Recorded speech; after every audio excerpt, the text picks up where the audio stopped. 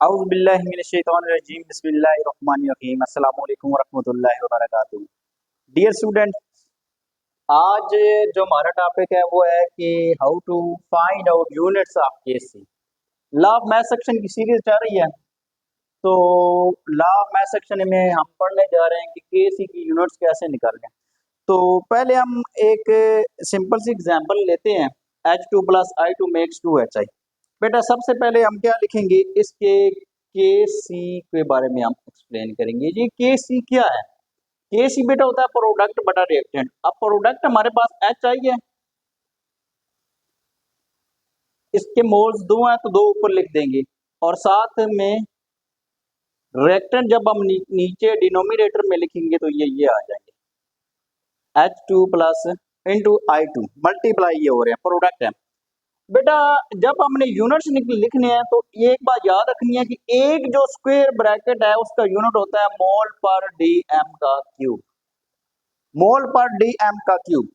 बेटा तो जितने जितने यहाँ पे स्क्वायर ब्रैकेट्स होंगे या जितनी उनकी पावर्स होगी इतनी हम मोल पर डी एम क्यूब लिखेंगे। तो ये मोल इंटू डी एम का क्यूब, बेटा इसकी पावर 2 है ये, और नीचे दो दिए गए हैं स्क्वायर ब्रैकेट्स, तो हर एक के लिए मोल पर डी एम क्यूब लिख देंगे। इधर भी मोल पर डी एम क्यूब। तो यूं बेटा क्या होगा कि ये एक है और ये एक है और ये दो है, तो ये दोनों इस दोनों से कट जाएंगे। तो के सी जब हम लिखेंगे बेटा, इसके जो यूनिट होंगे नो यूनिट। बेटा जब ये सारे कट जाएंगे तो इसका कोई यूनिट नहीं बचेगा।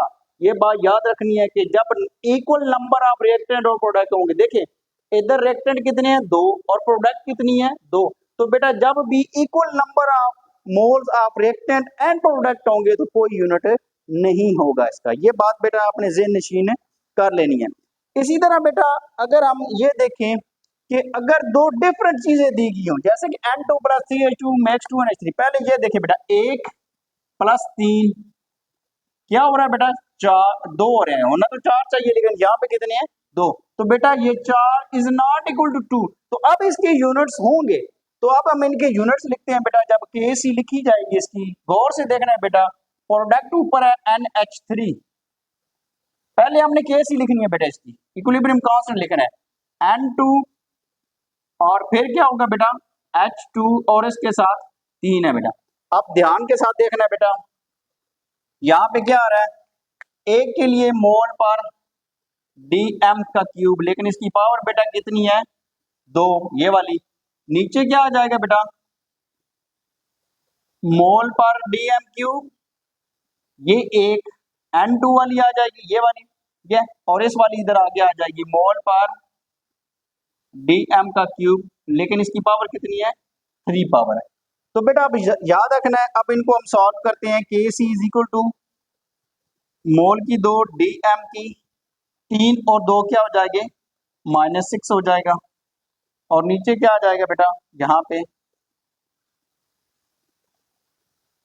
इसको एज इट इज लिखना है मोल पर डी एम का क्यूब, लेकिन ये बेटा क्या होगा मोल की 3 डी एम की -9 हो जाएगा, 3 इंटू 3 -9 हो जाएगा। बेटा अब क्या होगा, यहाँ पे 2 है और यहाँ पे क्या हो जाएंगे, यहाँ पे इनको ये हम बेटा यूं लिखेंगे, मोल की ये 2 डी एम की -6 ऊपर एज इट इज, और नीचे वालों को मल्टीप्लाई कर देंगे बेटा। मोल 1 है और मोल की 3 है, यहाँ पे बेटा आ जाएगा मोल की 4 और डी एम की -9 और -3 डी एम की -12 हो जाएगा बेटा। अब यही हम नीचे मसवाद लेके आएंगे, यहाँ से यहाँ पे लिखेंगे के सी किसकी इक्वल हो जाएगा बेटा। आप इनको जिस साइड पे पावर्स हम लेके जाना चाहते हैं पॉजिटिव साइड पे, तो पॉजिटिव साइड का हमेशा कोशिश करेंगे ऊपर लेके जाए पावर्स को। बेटा इसकी 2 जमा का है ये वाला, और ये 4 वाला नीचे से ऊपर जाएगा तो ये बेटा माइनस हो जाएगा, ठीक है। ये 4 वाला नीचे से ऊपर जाएगा तो माइनस हो जाएगा। साथ डीएम की बेटा -6 है और ये -12 जब ऊपर जाएगा तो +12 हो जाएगा। बेटा गौर से देखना है।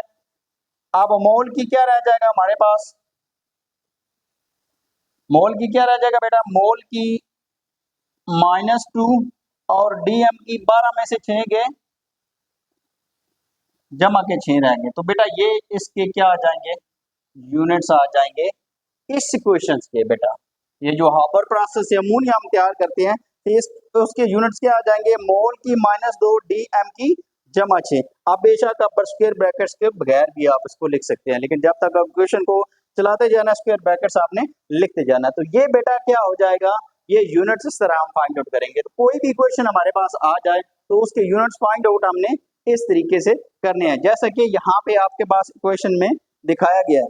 इक्वेशन में ये आपको बताया जा रहा है कि किस तरह आपने प्लस माइनस भी करना है। सिंपल सी बिल्कुल मैथमेटिक्स है बेटा। जब भी आपके पास डिनोमिनेटर में कोई चीज दी गई उसको न्यूमिनेटर में लेके जाता है या न्यूमिनेटर से डिनोमिनेटर में लेके आते हैं, तो उसकी जो पावर्स होती हैं प्लस है तो माइनस हो जाती है, माइनस है तो प्लस हो जाती है। सिंपल सा रूल इस्तेमाल हो रहा है, वो वाला रूल अप्लाई करना है बेटा आपने।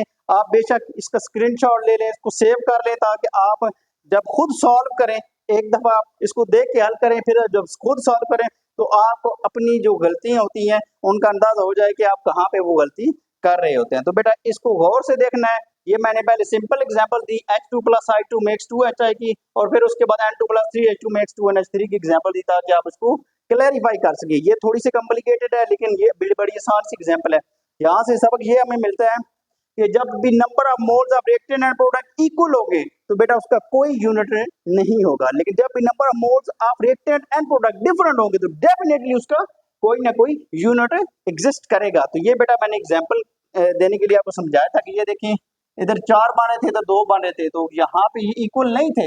जब इक्वल नहीं थे तो फिर इनका यूनिट डेफिनेटली होगा। और एक जो स्क्वायर ब्रैकेट है याद रखना बेटा, उसका यूनिट क्या होता है, मोल पर DM का क्यूब, एक स्क्वायर ब्रैकेट के लिए जितनी होगी फिर उसके हिसाब से बढ़ता जाएगा। अगर उनके ऊपर उनके नंबर मोल्स दिए गए हैं जैसे कि यहाँ पे दिए गए तो वो फिर अलग हमने काउंट कर लेने हैं बेटा। तो ये आज का टॉपिक था बेटा, मैंने पूरी कोशिश की आसान से आसान तरीके से ताकि आपको समझ आ सके। ओके, सुनने का बहुत शुक्रिया। आई होप सो बेटा कि आपको ये लेक्चर समझ आ गया होगा, और इसमें जितनी भी टर्मिनोलॉजीज इस्तेमाल की गई हैं जैसे कि स्क्वायर ब्रैकेट्स इस्तेमाल की गई है, उस स्क्वायर ब्रैकेट्स के बाद फिर मैंने वो स्क्वायर ब्रैकेट्स खत्म करके मोल पर DM क्यूब का देखा है जो है ना वो यूज़ किया है। तो आप लोगों ने बेटा इसको गौर से देखना है ताकि आपके पेपर में आने वाला हर जो क्वेश्चन है वो क्लियर हो सके। ठीक है, स्क्वायर ब्रैकेट्स में मैं बार बार बता रहा हूँ, एक स्क्वायर ब्रैकेट स्मॉल पर DM क्यूब को जाहिर करती है। इधर भी लिखा है, इधर भी आपको एक्सप्लेन करके बता दिया। और जब ही आपने ये मोल पर DM क्यूब स्टार्ट कर दिया तो आप स्क्वायर ब्रैकेट को खत्म कर लें, कोई और ब्रैकेट्स डाल सकते हैं उसकी जगह पे। ठीक है, तो ये जो तरीका है आपको सिंपलेस्ट वे में मैथमेटिकल केमिस्ट्री तकरीबन बन जाती है।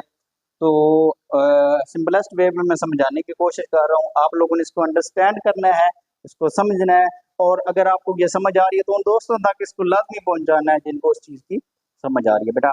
तो गौर से देखें, जब आप गौर से देखेंगे तो आपको डेफिनेटली ये जो केमिस्ट्री है ये कोई मुश्किल नहीं लगेगी, केमिस्ट्री आपको टफ सब्जेक्ट नहीं लगेगा। तो अल्लाह ताला आप सबका हामी नासर हो।